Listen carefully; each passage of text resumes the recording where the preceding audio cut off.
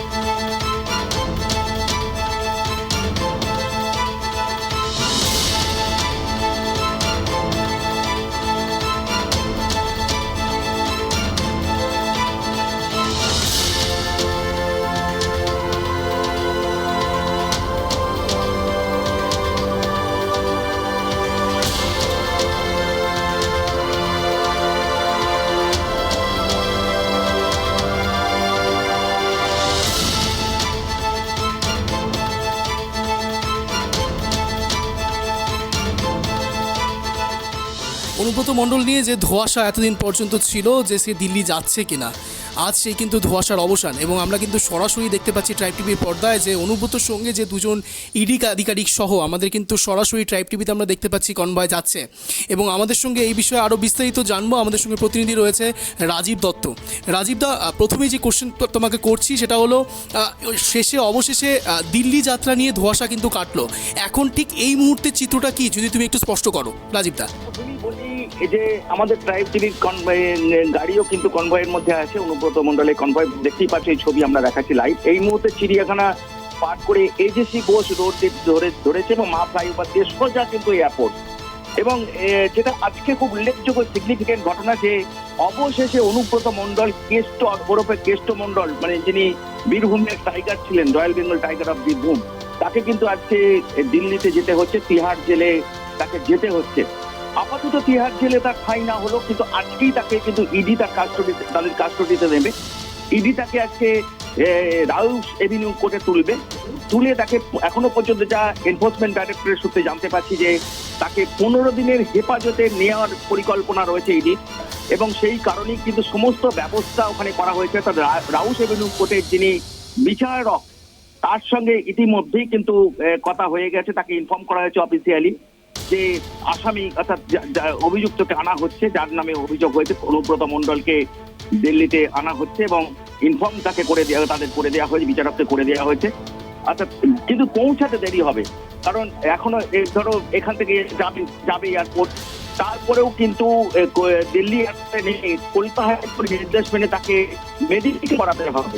এমন মেডিকেল আজকে কিছুক্ষণ আগেই হসপিটালে প্রায় ধরো 3 ঘন্টার উপর তার মেডিকেল পরীক্ষা হয়েছে এবং সেখানে কার্ডিওলজি, জেনারেল মেডিসিন। কিন্তু রাজীবদা, তোমাকে একটা জায়গায় শুধু একটু আটকাবো। এতদিন অবধি তো অনেক মেডিকেল চেক আপ হয়েছে, নানান রকম সমস্যার সম্মুখীন হয়েছেন বীরভূমের বাঘ, কিন্তু অবশেষে আজকে অবশেষে অনুব্রত মণ্ডলের চেক আপে কোনো রকম কোনো কিছু ধরা পড়লো না। এই বিষয়ে তুমি ঠিক কি বলতে চাইবে? না দেখো, অনুব্রত ভালো আছে, তার কোনো সমস্যা নেই। গত পরশুদিনও তার মেডিকেল চেক আপ হয়েছে আসানসোল হসপিটালে। কিন্তু তিনি বারবার করে কোর্টের কাছে যেটা জানাচ্ছেন, তার অ্যাডভোকেটও কিন্তু কোর্টের কাছে কলকাতা হাইকোর্টে জানিয়েছেন যে তার ক্লায়েন্ট বড় অসুস্থ, যার জন্য কিন্তু কলকাতা হাইকোর্ট একটা মানবিকতার গ্রাউন্ডও থাকে যে যদি আসামি যিনি অভিযুক্ত তিনি যদি অসুস্থ বলেন, সবসময় কোর্টের দায়িত্ব থাকে যে তাকে মেডিকেল টেস্ট করানো। তাই কলকাতা হাইকোর্ট নির্দেশ দিয়েছে। আজকে আরও একটা জিনিস যেটা দেখা যাচ্ছিল রাজীবদা, যে যখন সে ব্রেকফাস্ট করছিল সেই সময়তে কিন্তু 3 জন আননোন ব্যক্তি, অর্থাৎ যেটা পরবর্তীকালে জানা গেছে কৃপাময় সহ আরও 2 জন, সেই 2 জনের সম্বন্ধে কিছু জানা যাচ্ছে কি? যে তাকে বিমানে নিয়ে যেতে হবে, কিন্তু আমরা জানি যে বিমানে নিয়ে যাওয়ার আগে কিন্তু ইডি চেয়েছিল তাকে রাজধানী এক্সপ্রেসে নিয়ে যাওয়ার, তার টিকিটও বুকিং করা হয়েছিল, কিন্তু যেহেতু কোর্ট বলেছে তাকে সেই জন্য বিমানে নিয়ে যাওয়া হচ্ছে।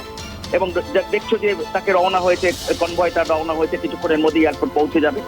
বিমানে নিয়ে গিয়ে দিল্লি বিমানবন্দরে তাকে নামিয়ে কিন্তু সোজা যেতে হবে কোনো কেন্দ্রীয় সরকারি কোনো হাসপাতালে। অর্থাৎ ওখানেও কিন্তু কেন্দ্রীয় সরকারের হসপিটালে তাকে পরীক্ষা করাতে হবে, সময় লাগবে, সেখানেও 2-3 ঘন্টা সময় লাগবে। এবং যেটা জানতে পারছি, রামমোহন লোহিয়া হসপিটাল অথবা সফদরজং হসপিটালে পরীক্ষা হওয়ার সম্ভাবনা তার এখনো পর্যন্ত ইডি সেরকমই ব্যবস্থা করে রেখে দিয়েছে।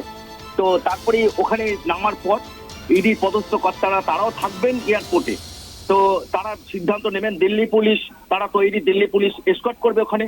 দিল্লি পুলিশের বিশাল টিম, আমাদের কাছে খবর, দিল্লি পুলিশের বিশাল টিম তারা এয়ারপোর্টে ইতিমধ্যেই পৌঁছে গেছে অনুব্রতকে ওখান থেকে নিয়ে যাওয়ার জন্য হসপিটাল, এবং সেখান থেকে সোজা রাউস এভিনিউ কোর্টে। তো হচ্ছে বুঝতেই পারছো যে এরকম হাই প্রোফাইল একটা কেস, যে কেস নিয়ে দীর্ঘ 2 মাস ধরে কি টানাপোড়েন হয়েছে দেখেছো। যে একদিকে ইডি বারবার করে অভিযোগ করেছে।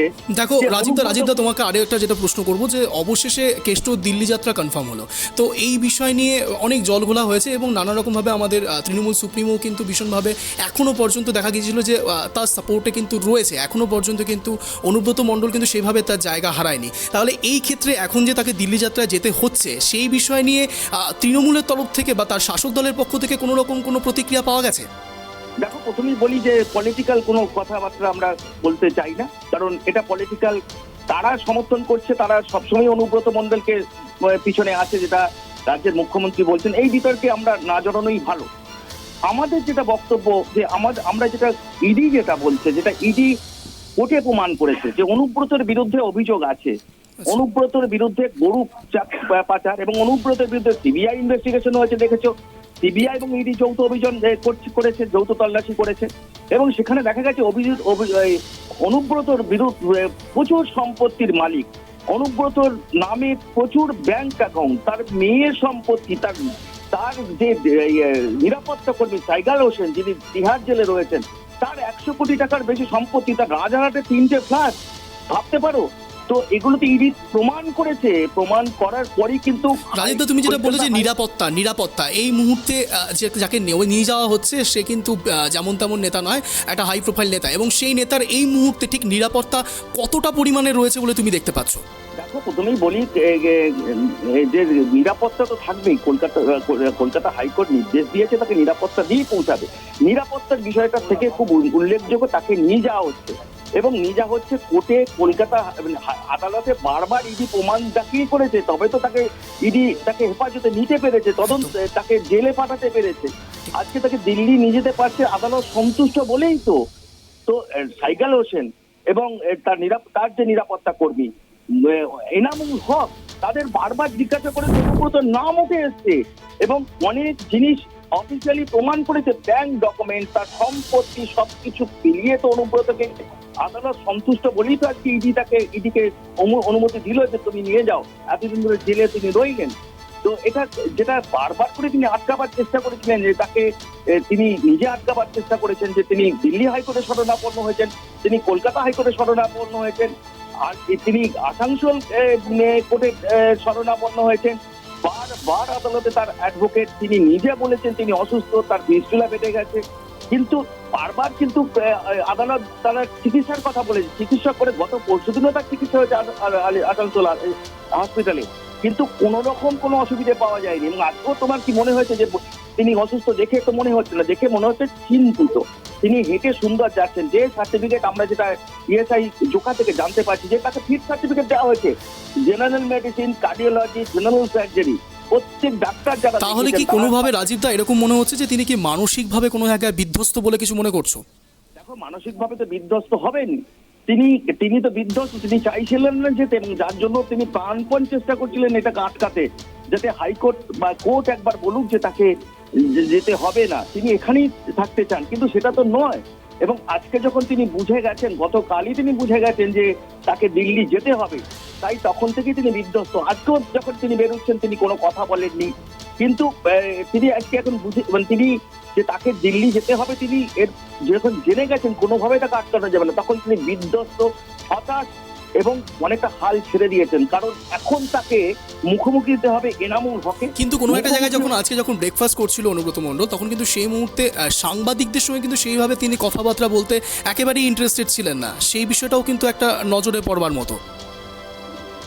দেখো, তিনি এখন একদমই আপসেট হয়ে গেছেন, হতাশ হয়ে গেছেন, কারণ তিনি চেষ্টা করেছেন বারবার, গত 2 মাস ধরে তিনি চেষ্টা করেছেন তার তিহার জেল যাত্রা আটকানো, সেটা হয়নি। তো হতাশ হবেনি, কারণ বুঝতেই পারছো যে নিজের রাজ্যের থেকে যে সুবিধাটা তিনি পাচ্ছিলেন, তিহার জেলে গিয়ে তিনি ওখানে গিয়ে দিল্লিতে সেই সুবিধাটা পাবেন না, তার জন্যই তিনি বারবার আদালতের দ্বারস্থ হয়েছেন, বারবার তিনি নিজের রোগ অসুস্থ সেই অভিযোগটা করেছেন, কিন্তু আদালত তাকে চিকিৎসা করিয়েছে, বারবার চিকিৎসা হাসপাতালে যাওয়ার নির্দেশ দিয়ে পাঠানোর নির্দেশ দিয়েছে, পরীক্ষা হয়েছে, ডাক্তাররা তার কোনো শারীরিক অসুবিধা খুঁজে পায়নি, এবং যেটা আজকেও পাওয়া যায়নি হসপিটালে।